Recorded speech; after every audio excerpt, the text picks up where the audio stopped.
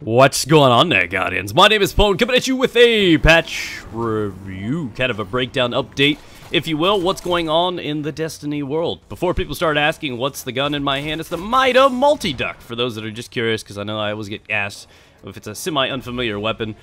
Zer's not sold it yet, therefore a lot of people are like, ah, what is that? There you go. Alright, so first things first, let's talk about some of the basic things that are changing. In fact, in this one here, this was a hefty sized patch right here, 2.5 gigs to be precise. 1.0.3 is officially in play, most of which have been introduced right now. Other things, of course, is going to be coming out and unlocked in the future, like the Iron Banner, so on and so forth.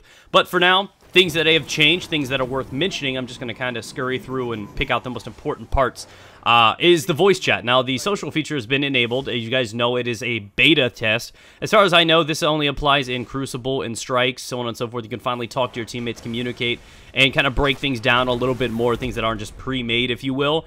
As far as I know, the tower talking communication is not enabled. I don't know if that's coming in the future or not. I heavily encourage them to do so because a lot of people in the community are always like, I don't have any friends to do the raid with.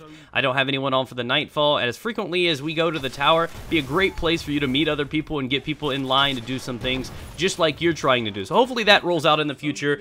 I don't know. That's pretty exciting. It is in the opt-in, opt-out feature, excuse me, where at any time you could turn it on or off and even leave it in a settings menu. You can actually set it up to just manually join in as a default setting too. Now, moving on out, a little bit of things that have been changed. One important one for me, and this is one that I encounter quite often because I melee a lot, is they fixed an issue in which two players who performed a melee lunge simultaneously would teleport through each other. Now, if any of you guys tried to, you know, like high-five another warlock or something, and you end up teleporting behind them, and then you just kind of start 360ing, like, where the hell did he go? You just kind of all kind of like, where the fuck am I? You know what I mean? That's supposedly fixed right there. Now, moving on over, Strikes. Now, this one right here should be a pretty significant one. Winter's Run. Fixed an exploit zone in the Axor boss encounter. Now, I don't know which one this is primarily, and I believe that's the Archon Priest one, if I recall correctly. So this past week's Nightfall one, and I would assume that's a fix to the bridge where you can't kind of go underneath it and cheese him a little bit out. So they removed the cheese. No cheese, no pickles, no nothing. So that's out of there. Moving on out, they've also, just a tiny little fix, just nothing really too important, is they fixed an issue which engrams earned during daily and weekly heroic activities were not displayed in the post-game Carnage report. Okay, why not? Next up, the Iron Banner is coming in. Now, instead of me just breaking down everything that's coming with the Iron Banner, I have a couple videos that I've already previously put out there so you guys know exactly what's coming. A whole lot of changes have been implemented. If you guys do not know what they are, I heavily include those down in the description below, and I encourage you guys to go ahead and check them out yourselves if you've not done so far. Next up, other things that are coming in right now is events. Public events will occur 10 to 15% more frequently in all public spaces, which means more frequently equals better. That's always a good thing. You're going to encounter them a little bit more than you used to. Now, some important ones with the vendors. They've increased the bounty slots from 5 to 10, meaning if it's just a regular day, you can pick up both your Vanguard and Crucible ones together. Maybe you're doing an Iron Banner grind when that's finally released, and you can get your Crucible and Iron Banner and knock them all out at the same time while you're doing the PvP. That's exciting. That's one of the few things the community has been asking for a while. That increased, you know, vault storage and stuff like that. Those are things that are going to happen. They've added shaders to Eva Levante's stock in the tower, and also the ability to kind of, I guess, preview your emblems and your shaders as well while you're doing it. Other little things have changed as well inside of there, nothing too important. They have enabled the revive scoring for Skirmish and Salvage, which is a PvP increase right there. They fixed an exploit while reviving scoring while entering a kill volume and having a teammate revive you for easy points. So that's another cheese that they've fixed inside of there. They've also added a new functionality to pre-made fire teams. So this is going to happen over time. Basically, if you're 3v3 games, fire teams of 2 or more will be paired together more frequently with other people of the same caliber. 6v6 parties of 4 or higher are going to be paired with other parties that are 4 or higher to make sure that people that are trying to go solo don't, you know, generally get victimized too hard right there. That's something that's just going to roll out over time, which is pretty awesome. They've also adjusted join in progress settings for all playlists to minimize long periods of unbalanced teams due to players quitting out of matches. I don't know about you, but I get thrown into matches all the time when I'm rolling solo, so I don't know what they've really done there too much. Little things that have changed, actually big things that have changed. They've tweaked almost all of the PvP maps as of right now. First Light, they implemented multiple fixes to stop players from getting into advantageous advantageous positions.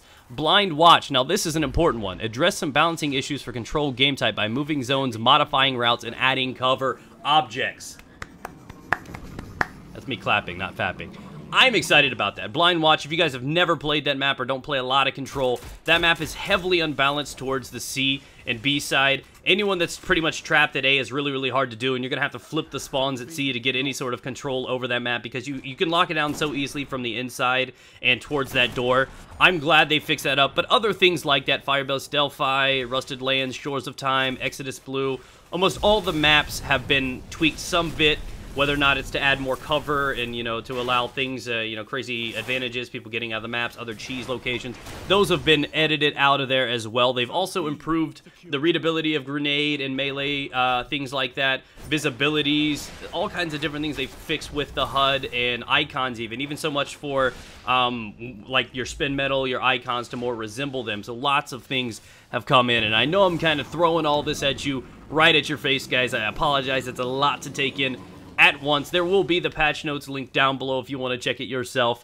But for the most part, that's a lot of little things that have been fixed. There, you know, added dialogue, other things like this have been thrown in there. Added support for different teams for Xbox, little things for PS3 fixes. Lots of things have been changed, to be completely honest. Stability things, they've dropped out a couple of the lionfish and beetle bugs. Lots of things they've been working on, stability and connectivity, so that's great. So for the most part, that's what we know that's coming. Hopefully this weekend Iron Banner will return. We do know that lots of other things have been fixed, including some of the PvP balance is going to be in there, less cheese involved.